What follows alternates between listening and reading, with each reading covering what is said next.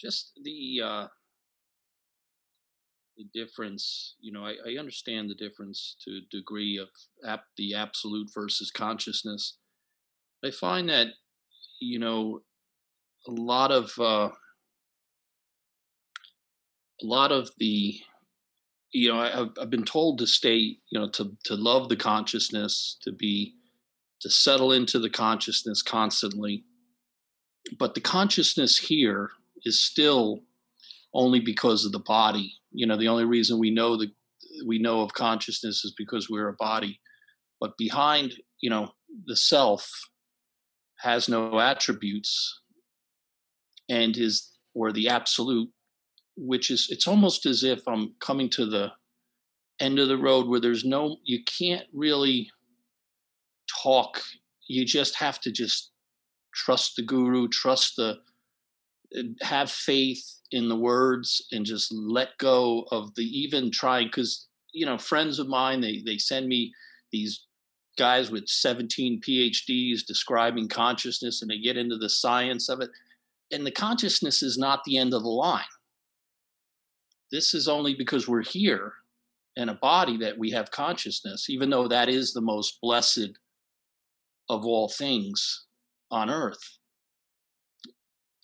But behind it, beyond it, or without words, without describing it, it's almost as if we can't, we just have to have the faith and trust in prior to any knowledge at all. I mean, it's almost as if you have to just before until we do, you've had the experience. We've all had tastes of it, whatever. But I just feel like there's no destination, and when you really, but I get tripped up by consciousness because I've been told to love consciousness, to my own consciousness, the existence itself, the sat. So I just thought I might ask you about these two. I know it's all Maya, it's terms, but do you understand my question? I'm nodding my head as if I understand your question. I'm not sure I understand your question, but I've got an answer for you. How's that? Sure. We just shut this because the lawnmower just started outside. Okay. Yeah, I've got a response. Maybe not. Maybe I can't say an answer. Okay. There's a response to what you're saying. Now, I encourage people to adopt the conceptual framework that Ramana gives us. Ramana gives us a very stripped back conceptual framework. It doesn't have too many concepts in it, but just gives us just enough concepts for the mind to orientate itself so it can practice correctly and achieve liberation totally. This is kind of like the spiritual genius of one of the things that's so amazing about his teaching is that he just gives us just the concepts we need. And I know, Fran, that you've read Nisargadatta Maharaj and you have affinity with his teachings. Yes. And I'm very respectful of that. I don't want to sort of take anything away from that at all. In Nisargadatta Maharaj's teaching tradition, in his Sampradaya means teaching tradition. Because Nisargadatta Maharaj belonged to a lineage, a teaching tradition. He had a guru, and his guru had a guru, and his guru had a guru. And his guru's guru had a guru, and so on and so on. There's a whole lineage. And in their teaching tradition, they talk about consciousness as being, sometimes, I mean, it does change a bit, but they talk about consciousness as being the body consciousness, the consciousness of the body mind. And what you are is beyond that. So what you are is not even consciousness. You are that which is beyond consciousness. That which is prior to consciousness, sometimes it's said. Whereas Ramana doesn't make this kind of distinction.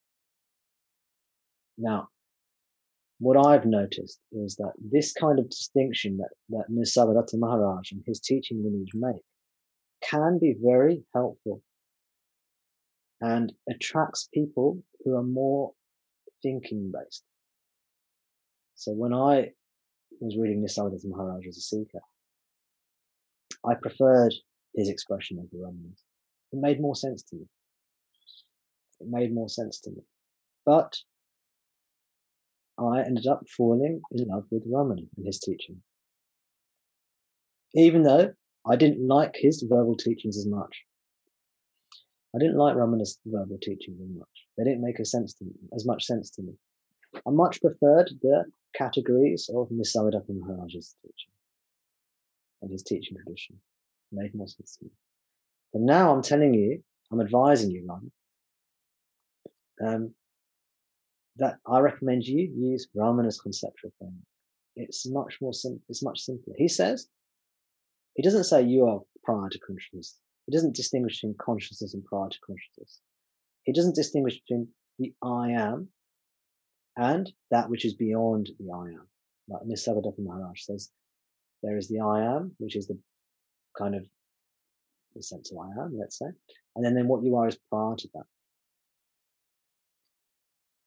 Ramana doesn't make these distinctions. He says, you are consciousness. This is your true nature. There is no prior to consciousness.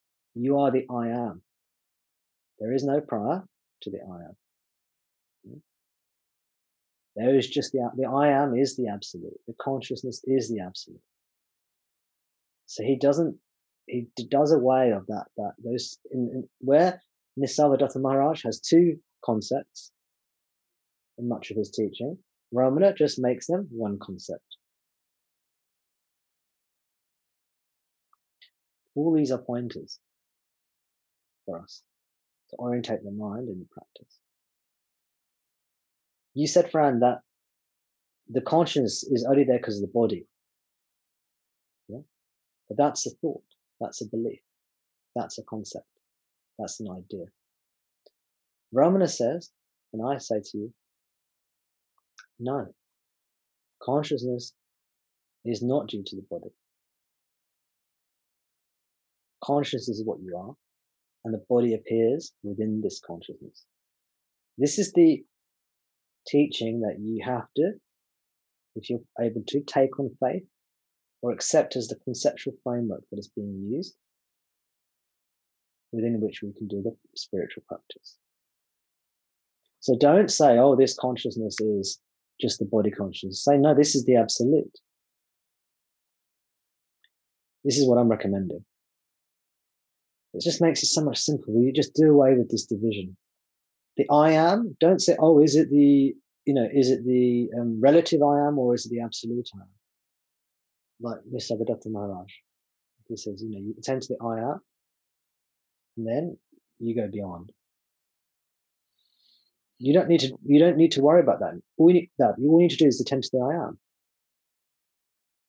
And then everything else will take care of itself. If you need to go beyond, you will go beyond. You see? But if you worry about going beyond, or the mind goes, am I attending to the I am? Am I attending to the right I am? Have I gone beyond the I am? Am I consciousness or am I beyond consciousness?